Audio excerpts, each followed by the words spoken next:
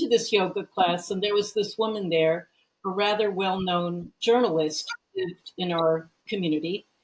And after the class, she came up to me and she said the following: "Word on campus is you're writing a book.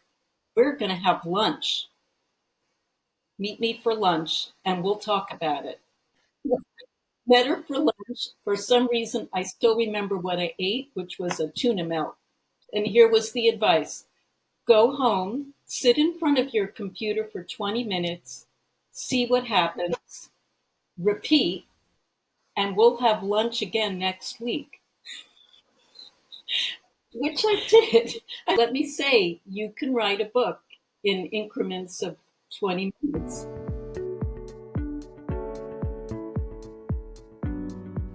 That was the voice of New York Times best-selling author Julie Metz, and it is my absolute delight to have her on as the guest of this episode of the Page and Stage podcast, where we explore the art and craft of writing and performance.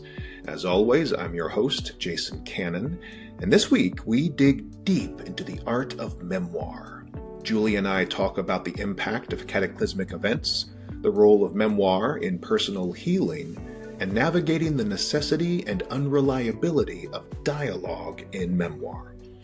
But before we get to all that, a technical admission and a brief Page and Stage plug. So, you may have noticed I have recently transferred over to doing video podcasts along with the audio versions. The audio versions will always be available on Substack, Apple, and Spotify. But now, over here on YouTube, we've also got video.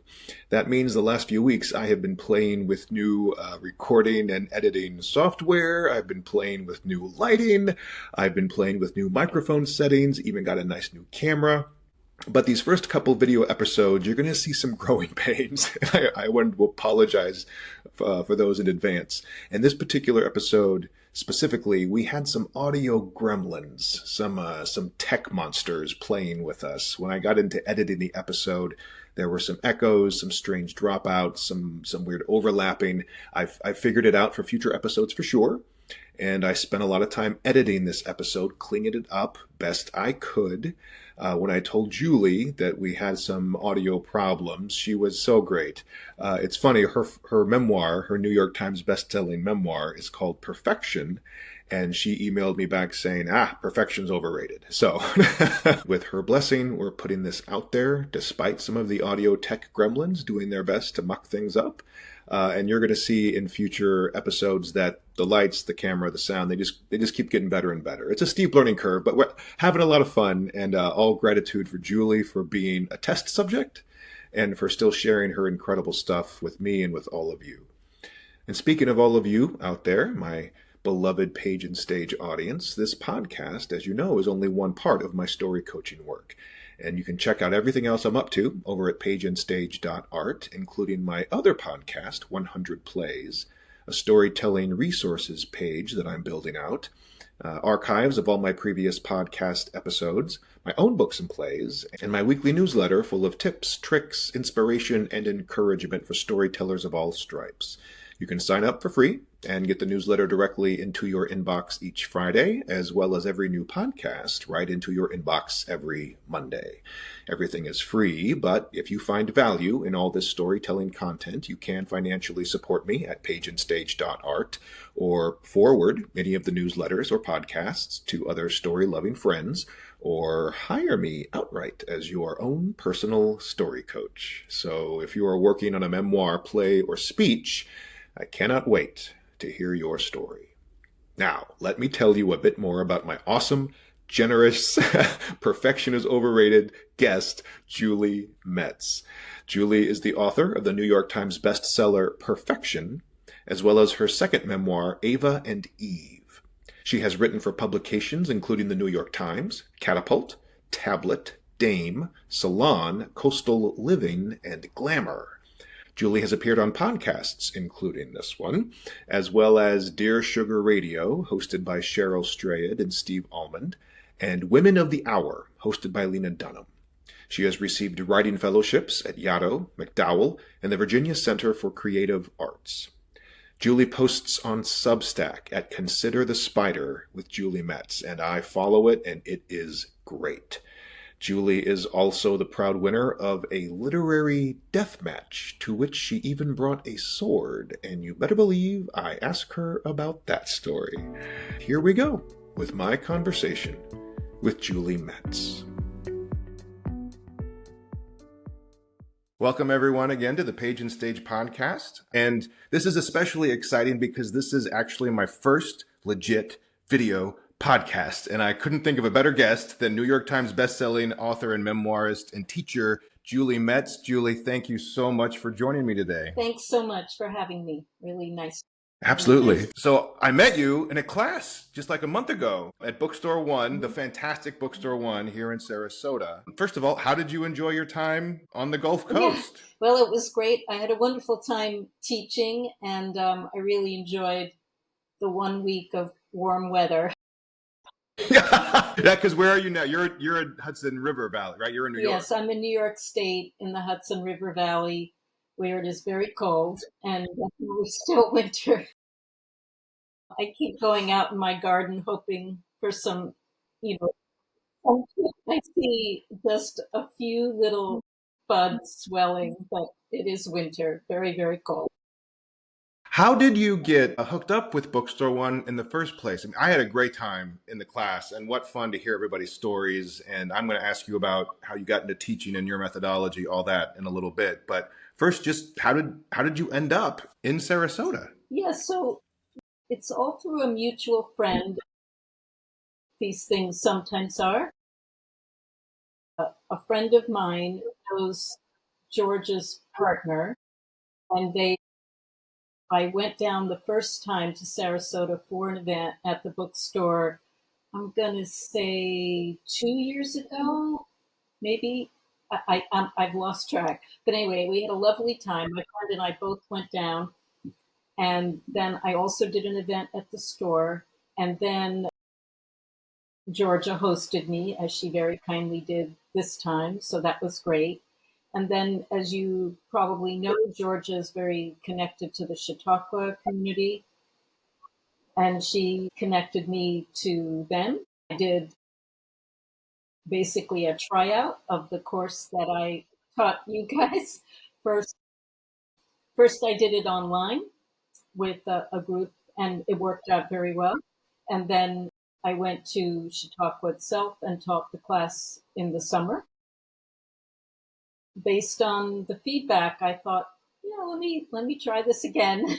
And Georgia actually invited me down and asked if I'd come down in January. And of course, it being very cold, as I mentioned, I feel like 1 week of heat in the winter will usually be enough. That scratches the itch. Just a little bit, just a bit of relief. You get out of the cold, you shed all those down layers that I spend my winter encased in, and then, it felt like it's a vacation. Yeah. Awesome.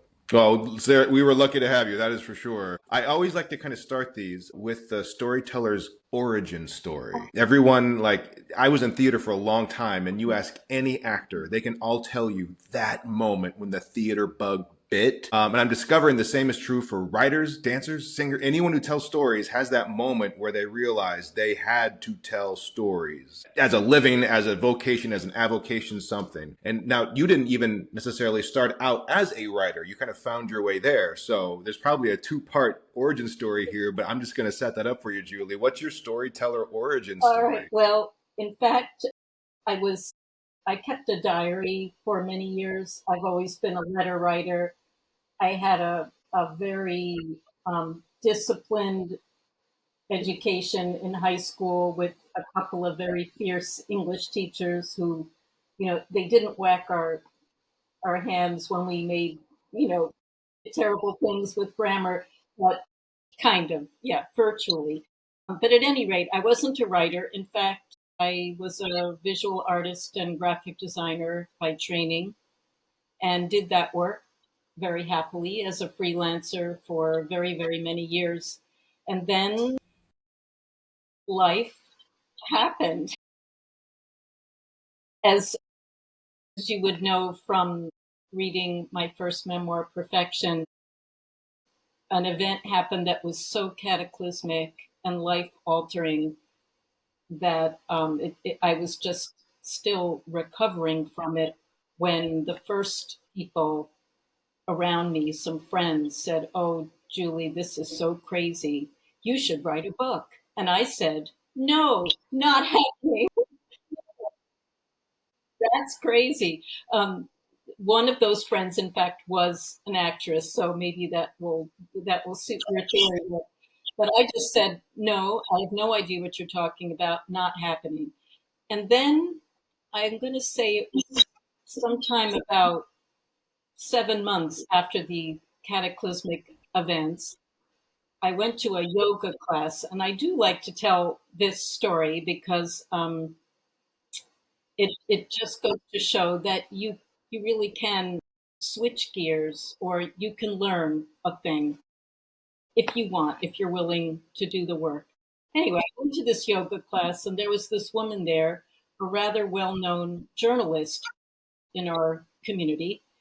And after the class, she came up to me and she said the following: "Word on campus is you're writing a book." And I said, "I have no idea where you heard that. It is definitely not happening." And then she looked at me, and she had very piercing eyes. I would say piercing, the very definition of piercing eyes. And she said, "Julie, no, you don't understand. You have to do this. So we're going to have lunch. Meet me for lunch and we'll talk about it." I said, "Okay." For some reason, I still remember what I ate, which was a tuna melt. So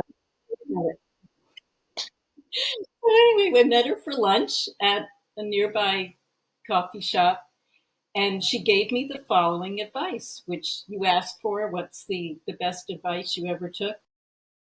And here was the advice: go home, sit in front of your computer for 20 minutes, see what happens, repeat, and we'll have lunch again next week. Which I did.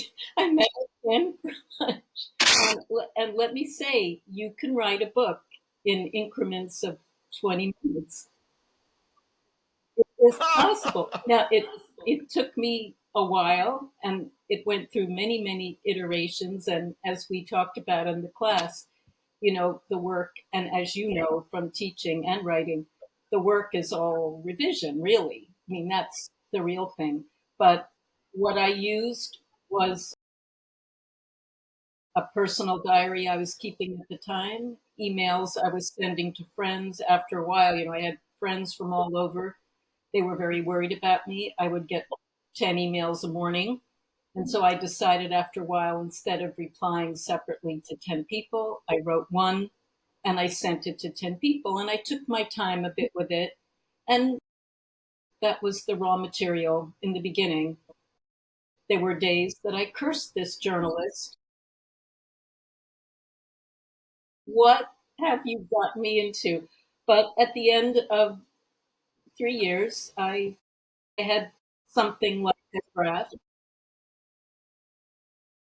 And then I worked with actually a freelance editor who helped me shape a proposal because, as you know, from nonfiction writing, generally have to present a book proposal. Right. So I was going to ask you this too, because we didn't get to talk about this during your class, but your first time memoirist, right? And I think it's key for listeners to hear that it took you 3 years. We all like to think we can just crank things out, but like you said, 20-minute bites. You probably never had a tuna melt again. No, it remains a favorite sandwich. Right, right. But how does Julie Metz, unknown first time memoirist, find an agent? You said you were working with a freelance editor. Did they help you find an agent and then the proposal, and then because this book became a New York Times bestseller? I mean, there's kind of a super steep learning curve, stratospheric, like moonshot there that a lot of writers I think aspire to, but there's probably not like a tried and true plug and play way to do it. But what was your particular experience going from just getting this thing out to having it appear on that list? Well, what I should say is we'll take a few steps back. So the cataclysmic event had to do with my husband dying suddenly on this January morning. And then more cataclysmic, really, than that, if you can imagine, was sort of the unpacking of a small town scandal that sort of exploded in my face about 6 months later when a sort of secret life was revealed. And that's really kind of what I had to deal with emotionally. Now, what I should say is that my husband was a writer. And at the time of his death, he was supposed to be working on a book for which, he was under contract. He accepted in advance, and he had an agent.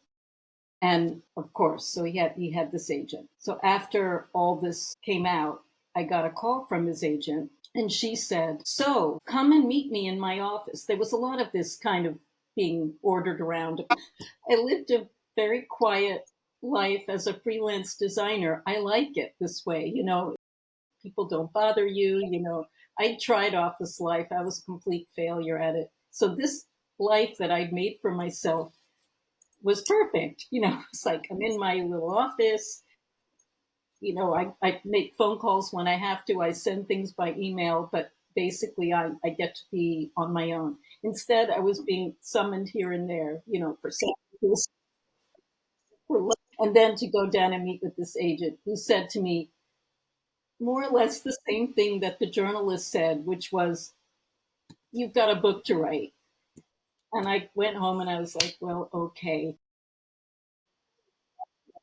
I was very reluctant because, in fact, I had no idea what I was doing. Zero. Right. And you were still sort of in the middle of unpacking all these discoveries about your husband's secret life. And you were, yeah, you had a child, you're trying to move. Yeah. So there was a lot going on just with life. And the story, I think it's fair to say that most people will say that you need to write a memoir when things have percolated and settled a bit and you have some perspective. So part of those 3 years of drafting and writing was me getting perspective. It was my second book also took a long time. I guess I'm a slow writer. Also needed to percolate there. And that book involved a lot of research that I actually had, I had to go places and do things. So I would say that it was sort of this journalist and then the agent kind of calling me to action that got me there. Did I know that the book would be successful? I did not. I had no expectation of that whatsoever. But Yeah. So, man. So that's what happened. That's incredible. Yeah, you couldn't. How it just keeps getting crazier. What I told when I contacted this freelance editor, because it was someone I'd known. I don't know how to. He'd led a workshop, much like the ones that you go to and we all go to. It was the first time I'd ever been to such a thing. It was in Taos, New Mexico. I had met my current partner. I left behind my 7-year-old and went away for 5 days. And the best part of those 5 days was I got to the end of it and I thought, okay, I'm a writer. I can be a writer. I can at least call myself a writer. We'll pretend until further notice. And the other thing was that we were staying at a place in Taos. It's called the Mabel Dodge Lujan House. And you might know that Mabel Dodge Lujan was a very celebrated friend of Georgia O'Keeffe and Stieglitz and all these famous people. So the house itself felt very full of, creative energy and vibes. And then I had a strange and I'll say spiritual experience. It borders on a native reservation that's right there. The house itself backs up onto it. And I'm a little person, so I was able to slip through the barbed wire fencing and walk past the sign that says no trespassing, please. And I didn't go very far, but I kind of went in. I'd never been to a house before, but it's not my landscape. I usually like to be near water, but just beautiful. And what I remember was just, it was cold, it was March, and I lay down on the ground and just kind of looked at the mountains and felt the earth, which is very red and velvety there. And I just had a great experience. And to be honest, that is really the most profound thing that happened there, was just a kind of centering of myself and a decision. Okay, I'm gonna give this a try. I'm really gonna work hard at it. And then I contacted him later. The first thing I told him was, I said, I've got a problem. I've got too much plot. No one's going to believe this story. It's ridiculous. So you have to help me shape it so that it feels plausible, because it doesn't right now. It's all just too much stuff. So that was really the work. Is there a safety though, Julie, in it being memoir, based on a true story, or this actually happened? Is plausibility less of an issue in that particular genre? Have you found that or no? Well, I thought about fictionalizing it at one point, to protect the innocent and the guilty, so to speak. But then I thought, there's too much plot. No one will buy this story. It's like it feels, I don't know, it just feels like some pot boiler. But in fact, it all happened, and I didn't. The only thing I changed were people's names, and I think um, a lot of the dialogue I recorded at the time in a notebook, so I felt good about that. Um, and I think the only things I did for plot was maybe to conflate a few events. The events took place, but I sort of compressed things a bit. But as it happened, I didn't have to make anything up. There was so much plot. It was But plenty. and shaping. It's true, as we talked about in the class, the minute you start writing and the minute you start editing, you're turning it into a story, as opposed to all the stuff that happened to you that felt uncontrollable and you didn't understand what it all meant. You're trying to make it mean something. You're trying to understand it for yourself, and then in doing so, you can shape it for other people to read. It's almost like you're curating events into a narrative, into something that can actually be communicative of the emotional stuff you were going through, which was all over the place. I'm sure in the moment it felt way more chaotic than, like, my experience reading the book. I have to be able to hang on to that through line. I have to kind of there's the protagonist you, there's the rising, there's all these things, but in the moment you don't have that shape. You're just experiencing it in real time. But the beauty of doing memoir is you get to curate that. You get to let it. This goes back to something you said, and I wanted, because we talked about this in class too, that there are good reasons and bad reasons to write a memoir, right? Because in your published book, like, as a reader, I have no interest in watching someone go through therapy. Like, that's for you. But then once you write, it's almost like the writing. I'm going to guess here, and then you tell me what your experience was. That the writing of it is therapeutic, but then the shaping of it puts the focus back onto the reader. Yeah, I would say it's kind of all those things. As I mentioned, I started writing writing sort of on command from these other people who had sort of decided, this is a really great story. You need to tell this story. Of course, I had no idea how to do it. Did I know anything about story arc? No, nothing. Did I know anything about 3-act structure? No, I knew nothing. But what I had in my favor is that I was a big reader. I'd read lots of novels. In fact, mostly what I read is fiction, to be honest, although, other things too. But so I was familiar with, a good novel and how it's structured. I often like to read and reread classics. Are sort of some of my favorite novels. But I really did not know what I was doing, and I also didn't quite understand why I was doing it either. Right? Really did not. I was doing it. It felt like a compulsion after a while. I went with that, with the feeling that, the journalist said, sit at your computer for 20 minutes a day. And after a while, that 20 minutes became 40 minutes, and then it became an hour. And the next thing you know, you're kind of sucked into something. It was therapeutic. It was also extremely painful, really painful to excavate your life and to try to make sense of something that was so traumatic for me and also my child. And while at the same time trying to recover, make a new life, eventually move and start all over the way lots of people have to do after a traumatic event.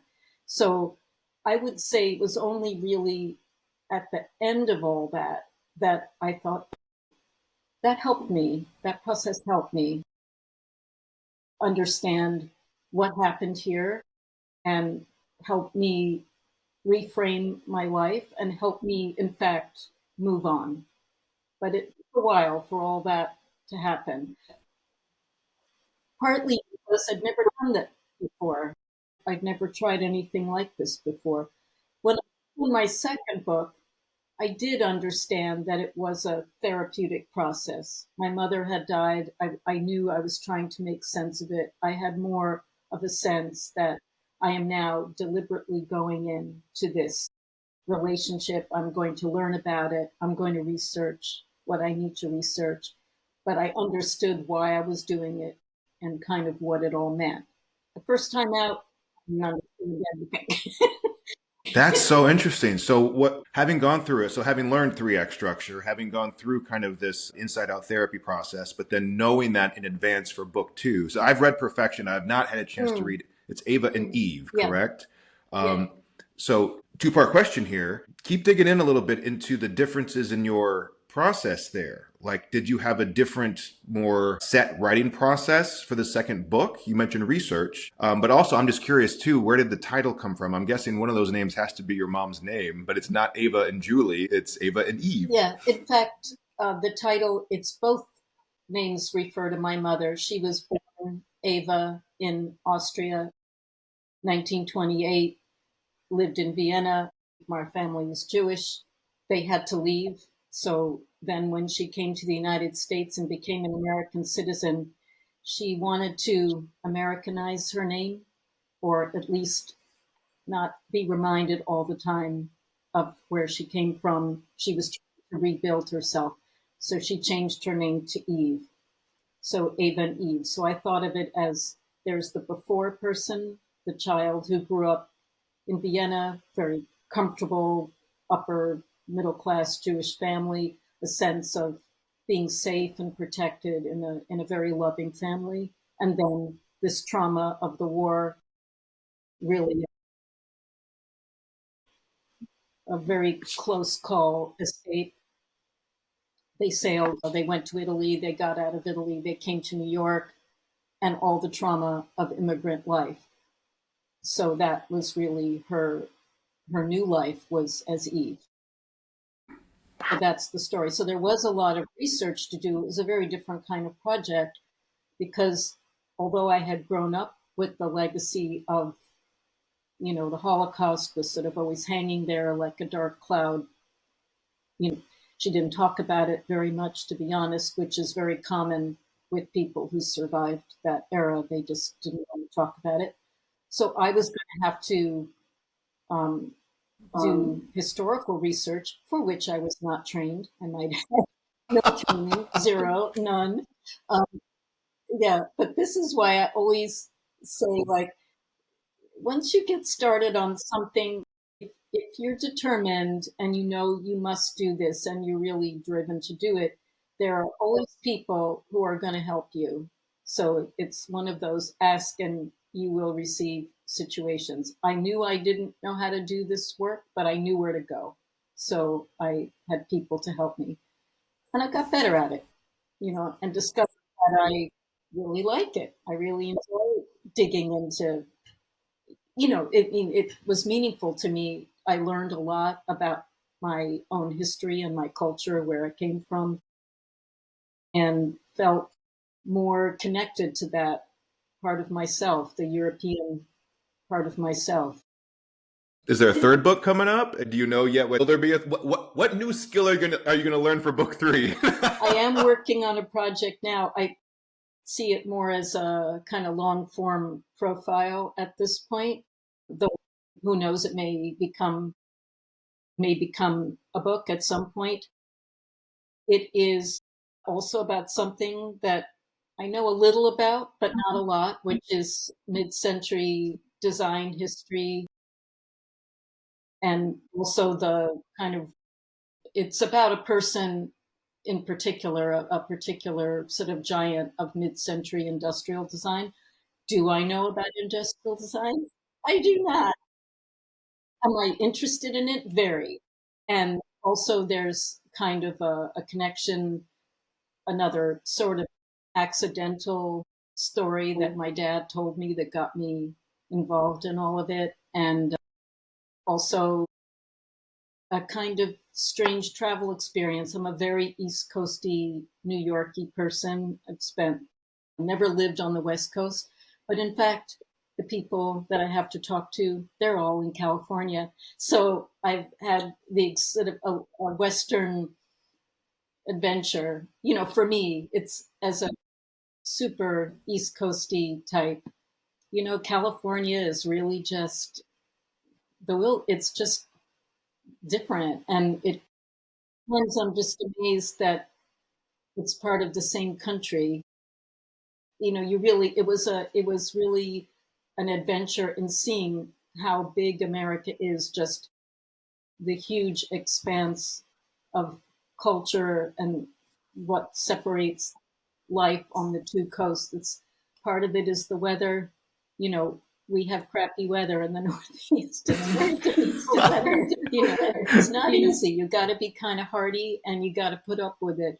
People go to California and it's beautiful, and I mean, recently, of course, very traumatic for many contacts and friends in Los Angeles, but it was it's always just a good reminder to see how different life can be within the borders of this one country.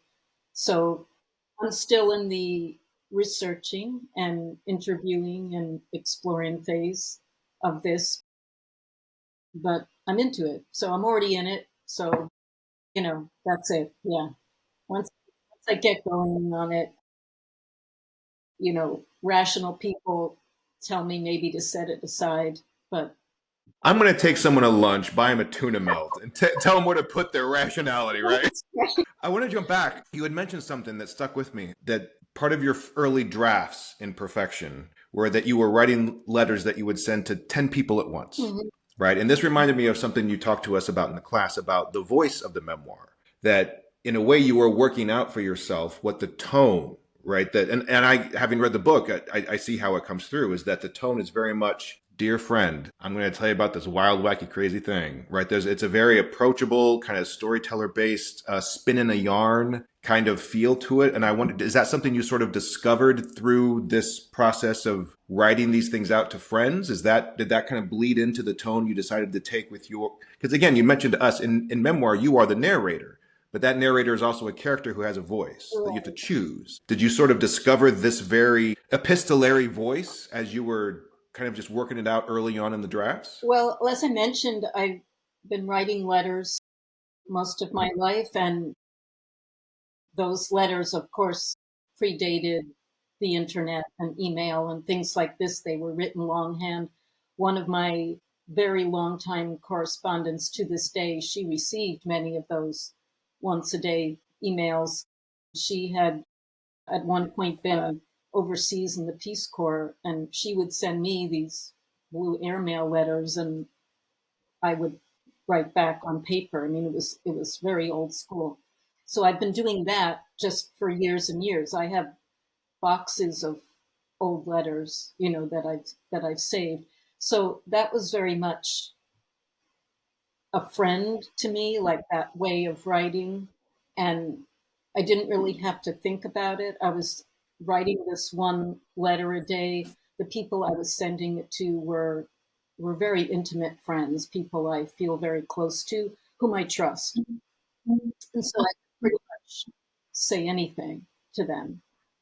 So That's interesting. First, just the muscle of that style of writing, but then the muscle of vulnerability. You didn't have to work to dig it all up. It was already on the it was surface. already there, and sometimes it was venting. Sometimes I needed to vent. I I would say there's one scene in the memoir that is a bit of a rant, and I'll just say that that began life as 20 pages of ranting.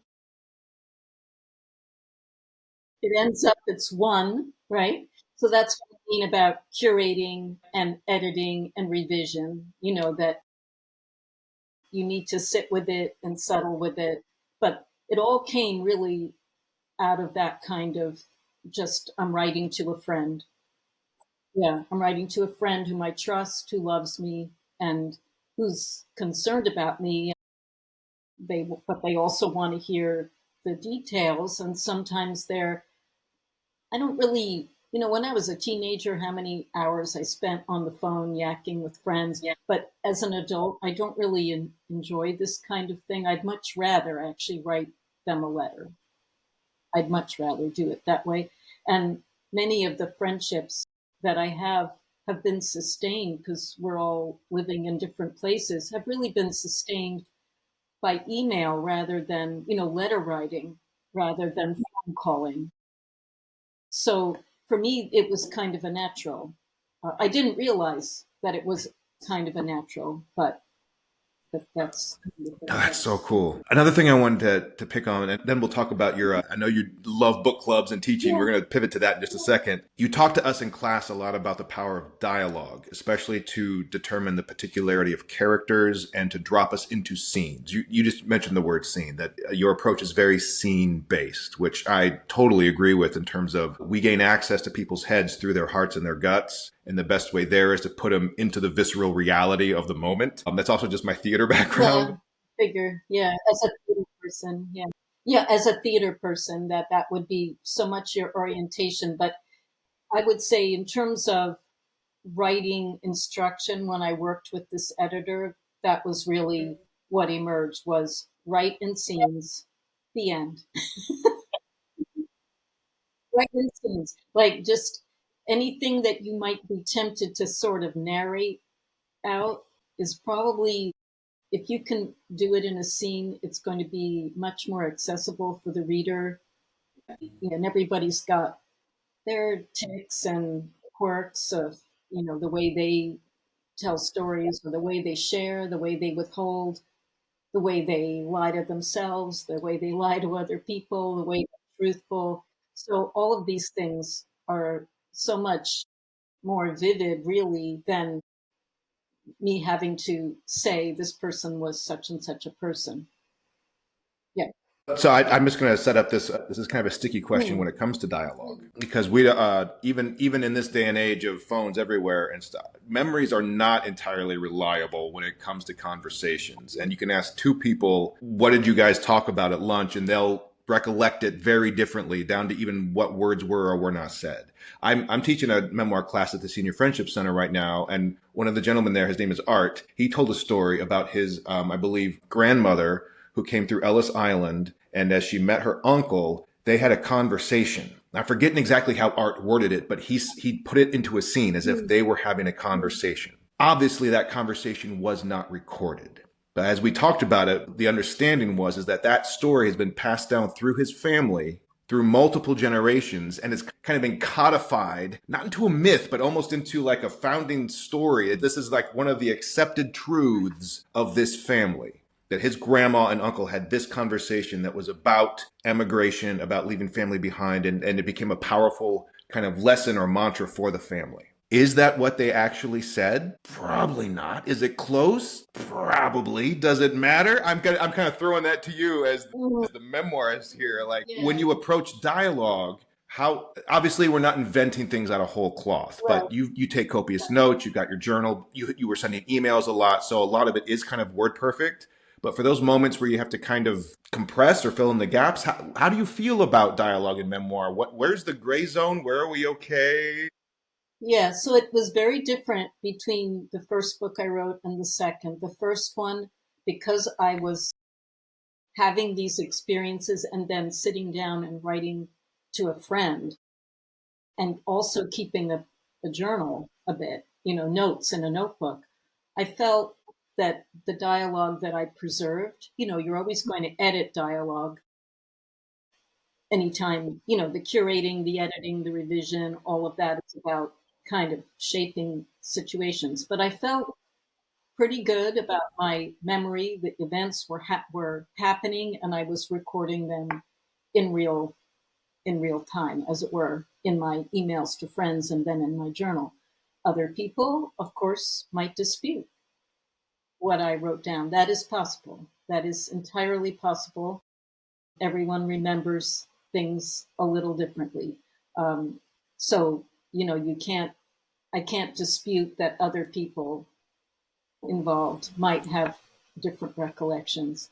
The second book, I had some serious crisis in this situation because two of the most important characters were people I never met, who were my grandparents, right? Who my mother's parents in Vienna. I never met them. They had both died before I was born.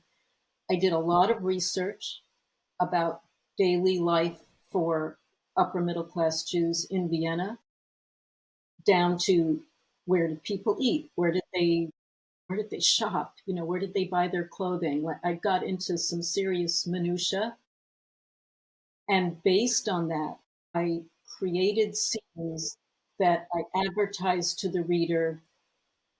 This didn't happen, but it could have happened. Like, based on the research I've done, I'm feeling pretty good about it. And I would confirm things with historians that I was working with. Could this have happened? Is this something, is this plausible given the way life was at that time? But I did have to create those scenes because nobody was there to tell me what happened. Some of the scenes after the family came to the United States, my dad, who is blessed with a memory that really they should study him for science. I'm not joking, but really he remembers stuff from when he was a young child, really crazy stuff, including dialogue. But it's I've relied on him to tell me many things about life in New York when he first met my mother, and stories that she told and stories that my grandparents told. But I didn't get those grandparenty stories because kind of nobody was talking that much once they got to the United States and they felt safe. It was like, okay, we're putting all that behind us and now we're going to become good Americans. We're going to work hard and we're going to forget all those terrible things. So the stories that I had from my mother were very few, and they were always told the same way, kind of like what your student is describing. There was a little bit of a mythology situation. The story would be told in a certain way, always the same images. You could kind of record it. I felt like my job was okay, now I'm going to do some research and see if those stories are true. Like, are they true or is this family myth making here? And so that was a lot of my historical research, was this crazy story that my mother told me about the journey on the ship from Trieste, Italy to New York. She would always tell us parts of the narrative, and they seemed kind of far fetched. And yet, when I was able to get a captain's log for the journey and do a lot of research, I actually felt like, wow, I think those stories are more or less true. So that's how I used research, was to sort of give substance to the myth making that I think happens in all families. How your parents met, how I met your mother. So back to your question, because I didn't forget your question, is that I think you can do that kind of scene creation as long as you are honest with your reader and you tell them what you're doing and why you're doing it. And you tell them, I did my homework. I think this is plausible. But I think if I presented those scenes without doing that, that would not be honest.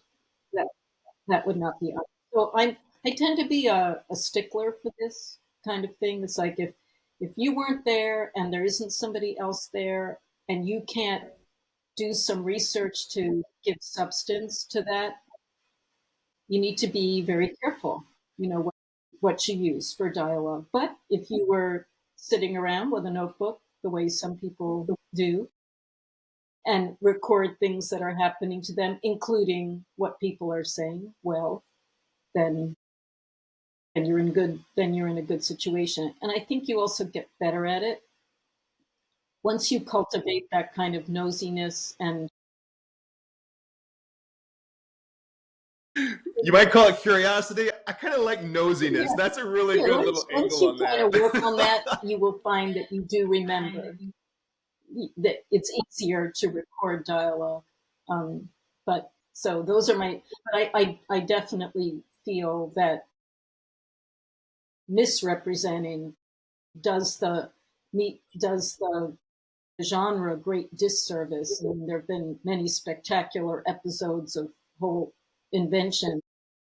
I really Yeah. think it's very important to do that research and try to ensure that the scenes you create are either from your memory, the memory of other people, in which case you should say, this is the story as told to me by so and so. Don't take that as your own story, like you're narrating a story. So I'm running into that already with the project I'm on now. It's like people tell stories, families tell stories. You know, the person that I'm researching, he told stories. Are all those stories true?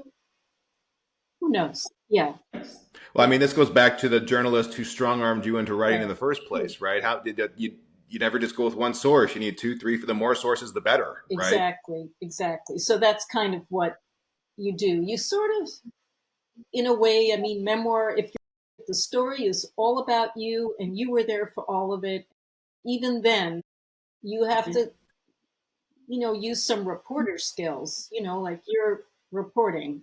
And sometimes you are the journalist, you're in the journalist role, and sometimes you're in the subject role because you're writing about yourself. But you have to be very, exacting with yourself, both as the journalist in the journalist role, but also in the role of subject. You're the material and you're also the author. So, All right, so I do want to give you just kind of a runway here. You mentioned to me how much you enjoy book clubs and you found your way into teaching. I just want to kind of set up for you. Well, one, how did you find your way into both those things? You mentioned Georgia and Chautauqua mhm. already, but these are, again, kind of like bugs that bite you, right? Not everyone likes doing book clubs. Not everyone likes Yeah, teaching, right? So yeah. what do book clubs and teaching do for you? Why do you enjoy them so much? And what do you hope that they do for the people involved? Well, it's a curious thing. I wouldn't have guessed it. Another surprise in my life. I'm, the very definition of an introvert. I spend most of my life at home in this room that I'm sitting in right now. But I think we all benefit from engagement with each other. And what I've found is that there are all these people they want to write something. They're having to learn it the hard way, the way I did. And my thought is, geez, if I can help people along a little bit, even just with a few tips, or just to give them support and encouragement in what they're doing that I did not have, except for the journalist and that freelance editor that I hired.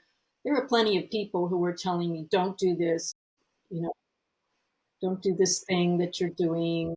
You're going to wear yourself out. It's exhausting. It's going to maybe cause harm." All these things that, there's the voice, you've got the cheerleaders, and you've also got the people who are like, just let it go, get on with your life. So I thought, in fact, what I see in the classes that I've taught, which are usually this kind of small form, like we had in Florida, that is very much my preferred thing. Yeah, like a dozen people in a workshop, 200 in a lecture. Yeah, not Yeah. yet. Let's put it that way. I like, and a book club, it's the same, right? You're sort of an intimate gathering. And I think it gives people an opportunity to make themselves a little vulnerable and receive and feel connected to other strangers. And who knows what will come out that might be helpful to that person. So you just don't know. But I think it's incredibly valuable. I mean, I think about that very first experience that I described of going to the workshop in Taos. That was actually quite a large group. If I remember right, there were about 25 or 30 people. Uh, but what I remember is one or two of those people, I connected with them. You share something with them. You learn 10 things. You take those 10 things home. They help you in doing this very hard job. It's very hard work to excavate your life and to stick with it, even when, there's plenty of other things out there in life that are interfering with that. Many reasons why you could walk away. It's these kinds of experiences that I hope they're helpful for the students. They are helpful for me. They remind me why I'm doing it. You know. Awesome. Yeah. Great. Well, I'm going to turn into the wrap here, which is a spotlight. So I have a few questions for you, and then we'll set you up to tell us where to learn more and get your books. But first question, and I didn't send this one to you, I don't think. So if you got to think about it, that's fine, but it might be around your desk next to you. What is your favorite story that you're currently reading or watching? Well, as I said, I read a lot and it's very varied. So I just finished 2 hours ago reading Sloane Crosley's Grief is for People. I can highly recommend. As a memoir, it's a very unusual structure. As a writer, I can really appreciate that thing that she had to do of curating what may have at the time appeared to be a pileup of events and really shape it into something. So I can very much recommend that. Before that, my partner and I have been on a David Foster Wallace kick. So I just reread a supposedly fun thing I'll never do again. Hilarious. Dark, hilarious. Every year I pull off the shelf my very favorite E.M. Forster novel, which is Howard's End. And, and Howard's End just, it blows me away every time. I find something new in it every time. And just as a beautiful, almost perfect plot, really sort of, I can't imagine anything better, except possibly Jane Austen novels, which I also reread on the regular, especially when I'm feeling very depressed. And I feel like you just need to find something redeeming in the human adventure. That's always a good one to read. But I've always got a big stack. Yeah. I'll put some links in the show notes for everybody if you haven't read some of these. If you could ask any one person any one question, who would it be and what would you ask? Well, I'll circle back to Jane Austen and E.M. Forster. People sometimes say, like, who would you want to meet at a dinner party? And I've often thought that would be so amazing. I wouldn't want to ask them anything. I'd just like to listen to them talk about kind of where stories come from and how to frame them. Because really, what I appreciate so deeply about their novels is the plot crafting. Talk about curating, right? But when you have to invent it completely, and I think what their novels achieve is, even though you can see the hand of the writer creating a plot with characters who always kind of intertwine in fantastic ways, is that it feels so natural, feels so inevitable. The Yeah. way that, That's one of my, yeah, when the plots have twists, but you look back and it's like, well, it couldn't have been any other way. I mean, that's the yeah. definition of tragedy, right? That it's inevitable. Tragedy is inevitable, and that's what makes it tragic. But sometimes comedy as well. I mean, Jane Austen's novels are, my favorite one is Persuasion, which is maybe the darkest of all of them and sort of the most bittersweet, one might say, about second chances. But even within that, there are wonderful, humorous set pieces that, you just kind of howl with laughter. And the same thing happens in Howard's End. There's a lot of dark plot elements to the story. It's about really class. It's about what we're dealing with here now is income disparity, real estate, and people lying to each other, uh, and the consequences of that. But within that, he has scenes that are really quite wry and touching, and you smile a lot. A lot of that is down to the voice of the narrator, down to the voice of the narrator, because in both these writers' cases, they will sometimes present themselves to the reader for a little aside.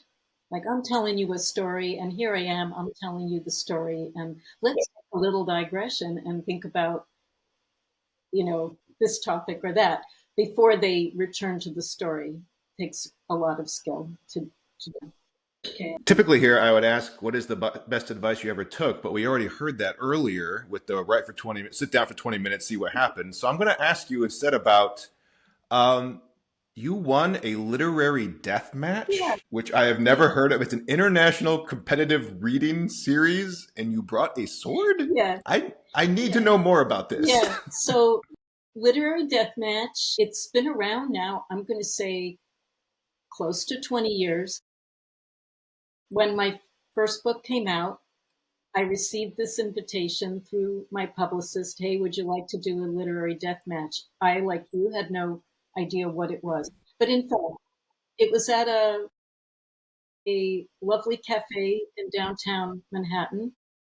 And it is a competition. At one point, we had to carry a pile of books on our head. And somehow I pulled it off. But we also had to do a reading from I did bring the sword because there is a passage in Perfection where I say, I wish I had brought a sword. So I brought my kid's wooden sword, totally harmless. And I brought the sword with me as a prop because, in fact, I was worried that I was going to have stage fright. And I thought if I have a prop, it will help me and I can do something dramatic with it. Anyway, people liked it. And so it's another example of doing a thing that I had absolutely zero training for, no experience, never did. But somehow I did it. And actually, the best thing that came out of that was realizing, yes, I can stand up in front of a room of people I don't know. I can read from my book. All that practice of reading Harry Potter to my kid, doing voices for all the different characters. Yes, I can do this and get up there and entertain people. It was like so that's why I've always included it in my bio because it really is one of the most unlikely things I've ever done.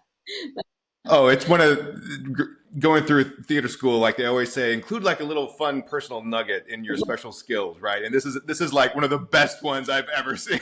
So but for me, just remains a really great experience. And I won. I won because, I don't know, I won because I went out on a limb and did something a little crazy.